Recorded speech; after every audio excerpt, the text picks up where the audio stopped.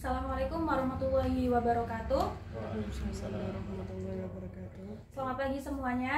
Selamat pagi, semangat pagi di hari kemerdekaan. Oke, perkenalkan saya Muza dari tim Kain Ratu. Pada kesempatan pagi hari ini saya akan membahas pada bagian 2 di buku The Unwritten Law of Business pada bagian mengelola proyek. Nah, setiap perusahaan itu sudah pasti mempunyai standar prosedur operasi untuk melaksanakan proyek. Nah, tugas kita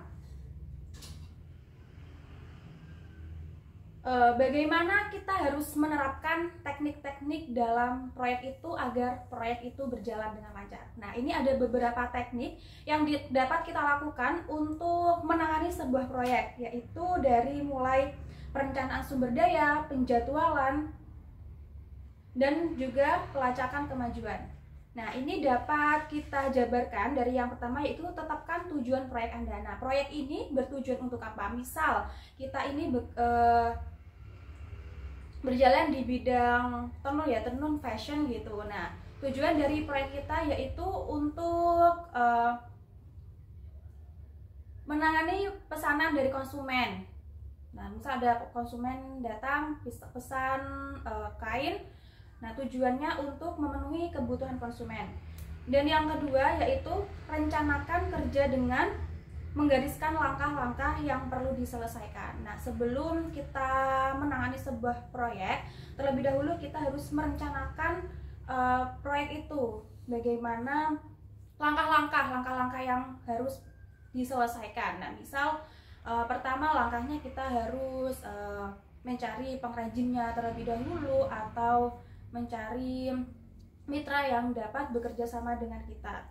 Kemudian menentukan sumber daya yang diperlukan, mencakup uang, orang, dan juga fasilitas. Nah, dalam menangani proyek itu juga harus membutuhkan modal dan juga tenaga kerja dari orang lain. Nah, di samping itu juga harus memerlukan fasilitas. Nah, seperti di sini yang bergerak di bidang fashion, yang tentunya juga memerlukan fasilitas seperti alat jahit dan lain sebagainya. Dan yang ketiga itu mempersiapkan jadwal tetap. Nah, setiap proyek yang datang ke kita sebelum dilaksanakan itu harus dibuatkan jadwal terlebih dahulu. Misal kita menanganinya dalam waktu 1 bulan. Untuk minggu pertama ini kita harus bisa jadwalkan jadwalnya apa, minggu kedua apa, minggu ketiga apa, dan minggu terakhir apa. Selanjutnya yaitu melaksanakan rencana. Nah, dari tadi di awal kita sudah merencanakan bagaimana jadwalnya. Minggu pertama misal kita mencari mitra, kita tentukan mau proyeknya itu mau diberikan ke siapa. Untuk minggu kedua proses pengerjaannya, minggu ketiga finishing, dan minggu keempat pengiriman. Nah, itu dalam pelaksanaannya sebisa mungkin harus berjalan sesuai dengan yang direncanakan. Nah, yang keempat, memantau perkembangan dan menanggapi penyimpangan. Nah, setiap proyek yang dijalankan itu tidak selalu mulus dengan apa yang kita harapkan. Nah, kita harus selalu waspada ketika ada jalan buntu atau ketika ada masalah. Nah, ketika ada problema seperti itu, kita bisa mengubah jadwal sewaktu-waktu. Tidak harus sama seperti yang kita jadwalkan atau yang kita rencanakan. Dan yang terakhir yaitu kita harus selalu mengupayakan proyek itu dapat selesai tepat waktu. Jangan sampai di hari-hari terakhir kita dikejar dengan deadline. Dan untuk solusinya itu harus mengerjakan proyek itu sesuai dengan rencana.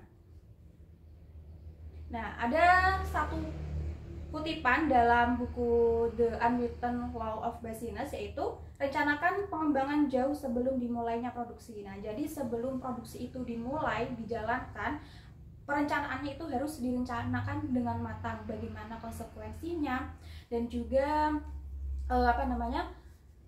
kemungkinan ada hambatan-hambatan yang terjadi di dalamnya, sehingga jadwal dapat ditepati tanpa mesti terburu-buru pada menit-menit terakhir. Nah, ketika kita menjalankan sebuah proyek, berarti kita juga membawa nama dari perusahaan. Nah, oleh sebab itu, laksanakan proyek itu dengan baik karena kita tidak membawa nama sendiri, tetapi juga membawa nama perusahaan.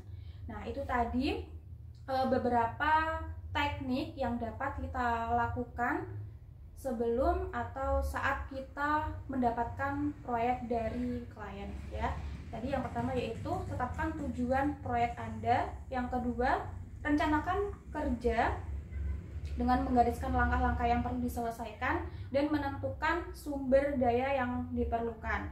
Yang ketiga, melaksanakan rencana tersebut dengan baik. Dan yang keempat, memantau perkembangan dari proyek yang sudah direncanakan. Dan yang terakhir yaitu upayakan proyek itu dapat selesai dengan tepat waktu. Oke, mungkin cukup sekian untuk penyampaian pada bab 2, salah satu bagian dari bab 2 dari buku The Unwritten Law of Business.